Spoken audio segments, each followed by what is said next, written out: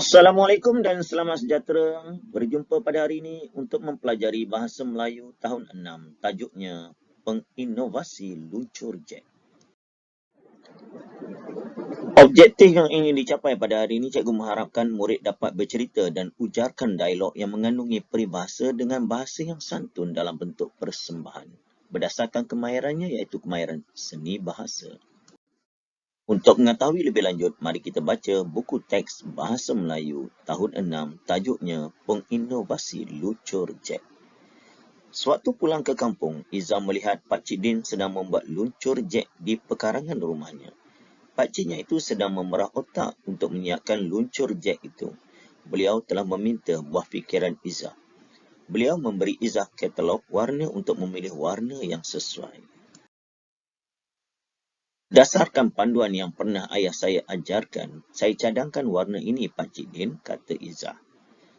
Jadi pada gambar ni pula ada simpulan bahasa dan ada peribahasa di situ. Yang pertama, otak geliga. Yang kedua pula, ke mana tumpahnya kuah kalau tidak ke nasi. Luncur jet ini dibuat daripada bot kaca gentian terpakai. Handle basikal pula digunakan agar luncur jet ini mudah dikawal.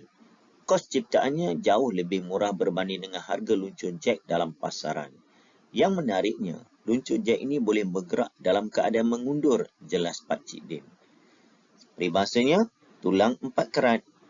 Dan yang kedua, di mana ada kemahuan, di situ ada jalan.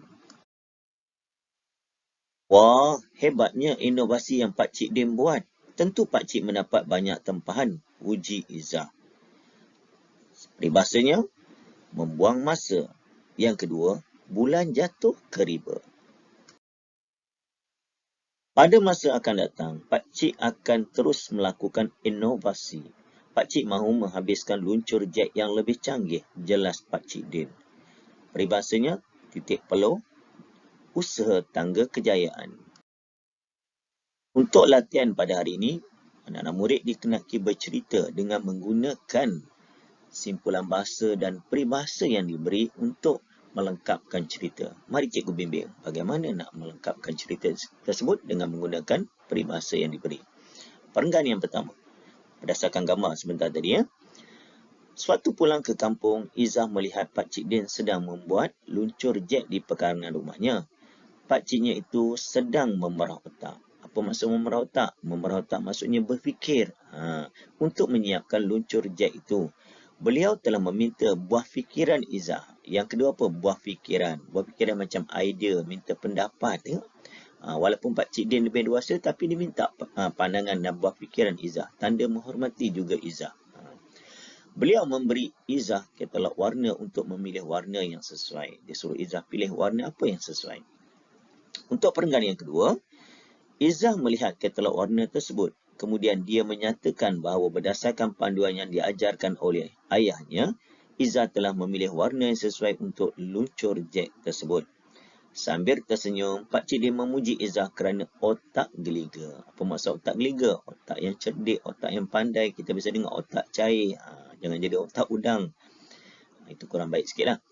Seterusnya, Izzah ketawa kecil sambil berkata bahawa dia tidak bijak seperti ayahnya. Dia merendah diri, nampak? Bak kata pepatah, ke mana tumpahnya kuah kalau tidak ke nasi? Kalau ayahnya hebat, anak juga hebat. Kalau ayahnya seorang penyanyi yang terkenal, mungkin anaknya juga akan jadi penyanyi yang hebat juga. Ke mana tumpah kuah kalau tidak ke nasi? Untuk perenggan yang ketiga, Pak Cik Din menceritakan kepada Izzah bahawa luncur jet ini dibuat daripada bot gentian kaca terpakai menggunakan tulang 4 keratnya. Apa tulang 4 keratnya? Menggunakan tenaga. Handle basikal pula digunakan agar luncur jet ini mudah dikawal. Kos binaannya lebih murah berbanding dengan harga luncur di pasaran. Yang menariknya, luncur jet ini boleh bergerak dalam keadaan mengundur. Pak Cik Din memberitahu Izzah bahawa di mana ada kemahuan, di situ ada jalan. Walaupun Pak Cik Din orang kampung, orang luar bandar, tetapi dia berusaha. Nampak? Dia menggunakan bahan-bahan terpakai, bahan-bahan terbuang dengan ubah suai, jadilah luncur jet. Di mana ada kemahuan, di situ ada jalan. Kalau kita berusaha, kita boleh berjaya. Untuk perenggan yang keempat, Izzah sangat kagum akan kehebatan inovasi yang dibuat oleh Pak Cik Din. Dia meramalkan bahawa pasti Pak Ciknya itu mendapat banyak tempahan. Izzah meminta Pak Ciknya menceritakan tentang usaha yang dibuat olehnya. Kemudian, Pak Ciknya menceritakan semasa Perintah Kawalan Pergerakan PKP tahun 2020 dan 2021. Ingat semula sejarah dalam negara kita dan seluruh dunia. COVID. Pak Cik tidak bekerja.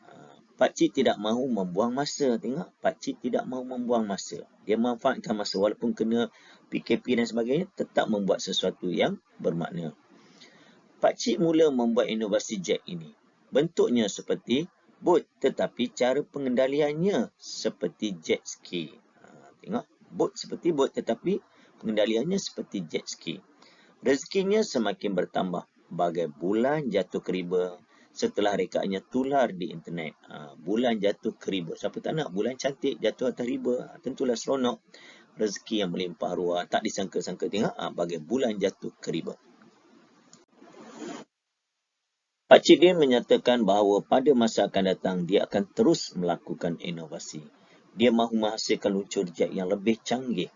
Biar para pelanggannya berpuas hati dengan hasil titik peluhnya. Hasil titik peluh maksudnya apa? Hasil kerjanya.